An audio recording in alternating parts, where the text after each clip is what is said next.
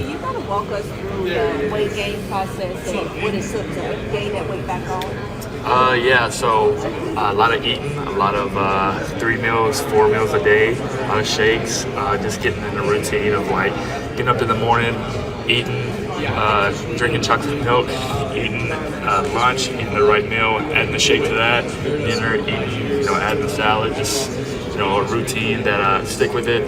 Sometimes throughout the season you get caught up in a lot of stuff, so the routine I have is pretty good now.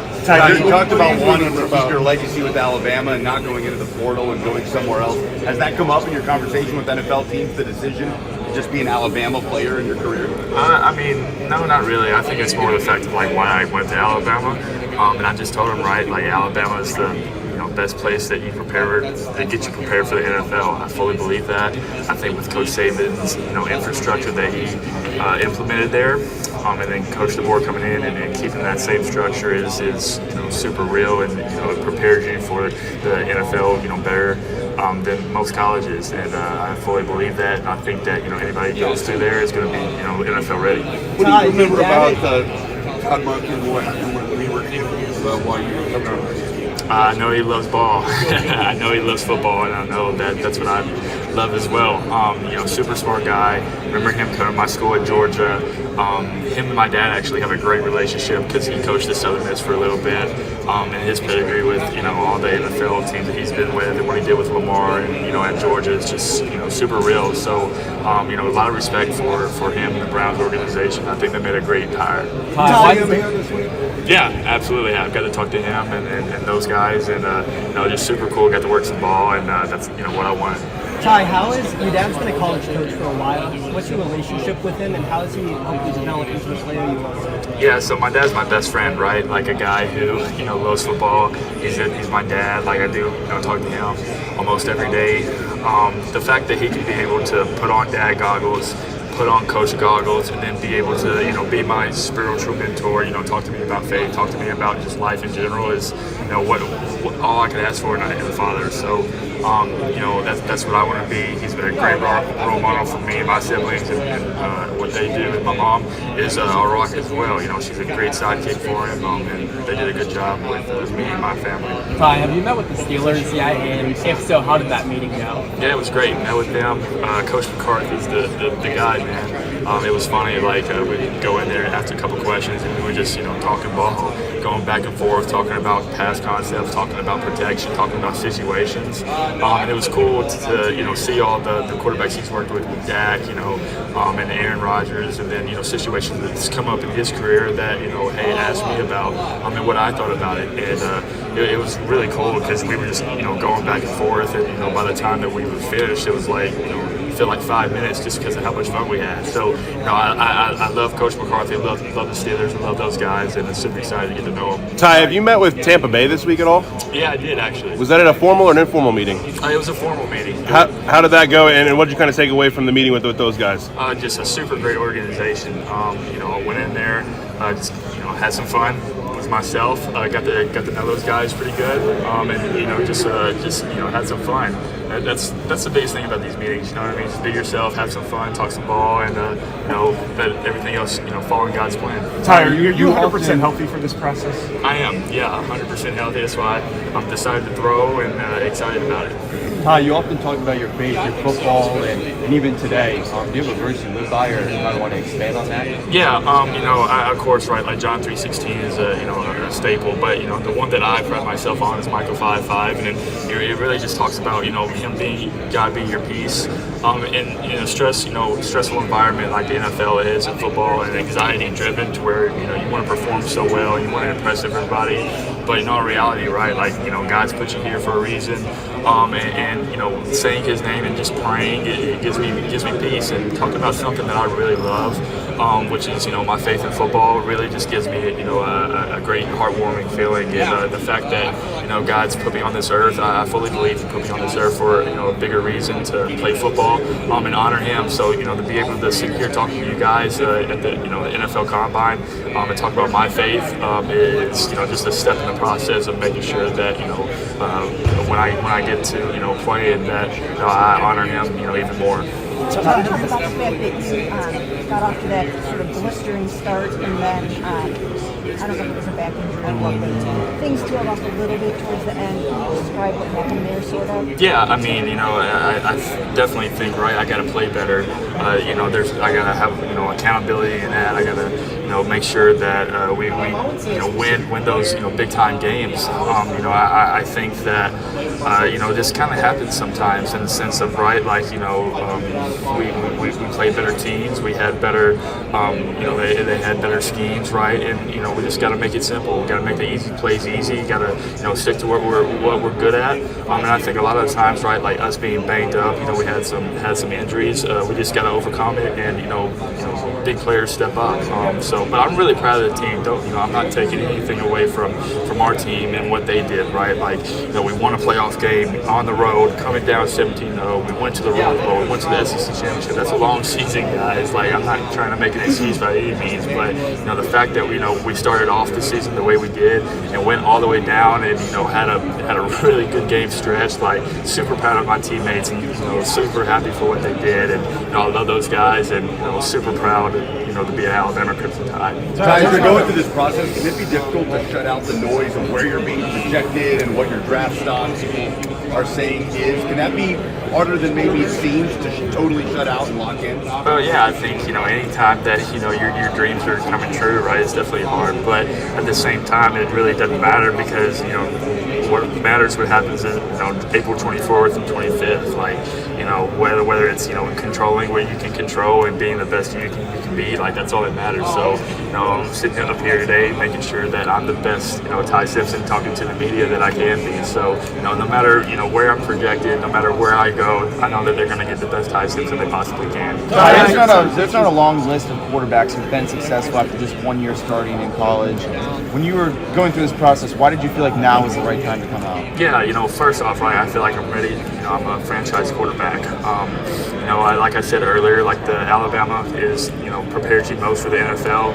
And with the infrastructure that they had, and the guys from Coach Saban, Coach DeBoer, Coach Grubb, all the coordinators that I had before, I run an NFL type system. It's definitely prepared me for saying those long play calls, saying those checks, making sure that I get us in the right protection, and also as well, right? Like everybody talks about my stars, but I played in other games besides that, and I played against really good NFL players. I think about my freshman year, right? Like learning from the #1 overall pick and Heisman Trophy winner, going on defense, going on scout team. I got Will Anderson, Dallas Turner, Henry To'oTo'o. I got Kool-Aid on one side. I got Terry on the other side. There's a number of first and second round draft picks that I went against and who I was in the locker room with. So like I said, the Alabama locker room was as close as a locker room in the NFL as you can get. Ty, have you met with the Jets yet? You talked about playing or meeting with some of the AFC North teams. It's a cold weather, physical division. What has prepared you for playing in that kind of weather at Alabama? Yeah, so we didn't really play in a cold game in Alabama. There were some cold games, some windy games. I think Oklahoma was pretty cold. Ole Miss a couple years ago was pretty cold. But in high school, I played in a bunch of cold games. And really, like, the cold is just an external factor. Like, I can't worry about that, right? Like, I gotta have a hand warmer, gotta make sure my hands are dry. Like, just because it's cold doesn't mean I can't throw the ball. Ty, have you met with the Cardinals, and what did they want to learn about you? Yeah, I met with the Cardinals. This is my first interview, and just super great organization. Mr. Monty is a great guy. Coach LaFleur is a Super Bowl guy. Coach Hackett, all those guys are they love football. They're a quarterback driven organization because they're very familiar with the quarterback position. And I would love to be a Cardinal. I think that they're a great organization. They got a young team, and I'd be super blessed to play for them. Ty, have you met with the Jets? Have you met with the Jets? I have met with the Jets. And what were those conversations like? I mean, it was great.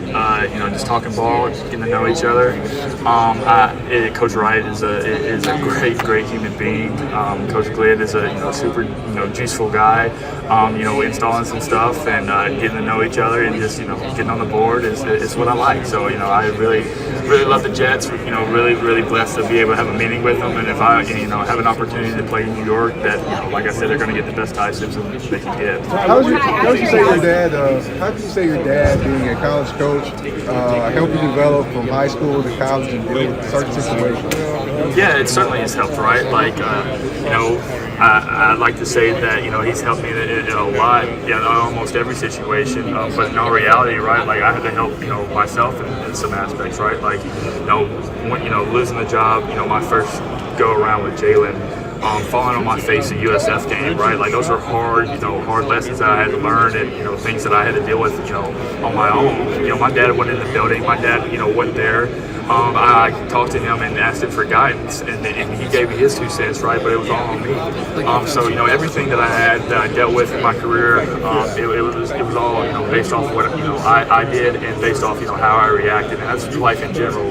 But him being there, like I said, spiritually and football wise, is everything that I could ask for has helped me actually look different aspects in football. What was the first jersey you had as a kid? My first jersey was a Brett Favre jersey. It was a Green Bay jersey. I don't know if I still have it, but guy being from Mississippi, like my dad was from Mississippi, played at Southern Miss. My dad played in Southern Miss, Green Bay, like a guy who, is a gunslinger, cuts it loose, really enjoyed watching him and getting to know his family and stuff. Out of curiosity, can you tell us the longest play call you had memorized? Ooh, the longest play call I had memorized. Or just anyone that you can. All right, so I'll give you one. This is a touchdown against Wisconsin. I hit Germ on the dig route. It was about the 45 to 50-yard line. So it would have been H swag to triple left narrow, Frito Tiger, wide over, Z Commander staple, right? So it's a Dover, it's the in cut by Germ, reading it man zone, had the motion to see what the defense was, and it was 3 week. So they spun down to one high, and Germ ran a good route. Isaiah pinned the hook player, and Germ made a great catch, and Lottie did a good job of clearing it out, and he scored. Ty, when you talked to Mike McCarthy, what was that like with his expertise in quarterback development, and what did you glean from you guys' conversations and his questions? It was just, just two guys working ball, right? Like, it was cool to just, see us, talk about footwork, right? Like, talk about, 4 verts, talk about situational football in 2 minute, like, bringing up scenarios that he's had in his career to where they're crucial. Like, what would you do in that situation, right? So, whether I got the question right or wrong, it was still cool to realize, like, hey, this is what had happened. This is what the answer I was looking for. This is why. And we would just, bounce ideas back and forth to each other. Like a guy like that who, has had success in the league for a long time and is well respected. Anytime that I get to sit in an interview and, talk to him and just, soak up all that knowledge is anything I could ask for. Ty, you went back and evaluated your season this past season. What were your most specific takeaways in your own evaluation? I think first off, right, like it didn't end the way that we wanted it to. I think that's disappointing. But like I said, I was very, very proud of my team and what we accomplished. I think that we were a very close-knit team, and that's what helped us in those long games. But I think one, right, like I had command of the offense, had command of the line of scrimmage. I think that's what helped us a lot of getting us in the right play call, getting us in the right check, getting us in the right protection.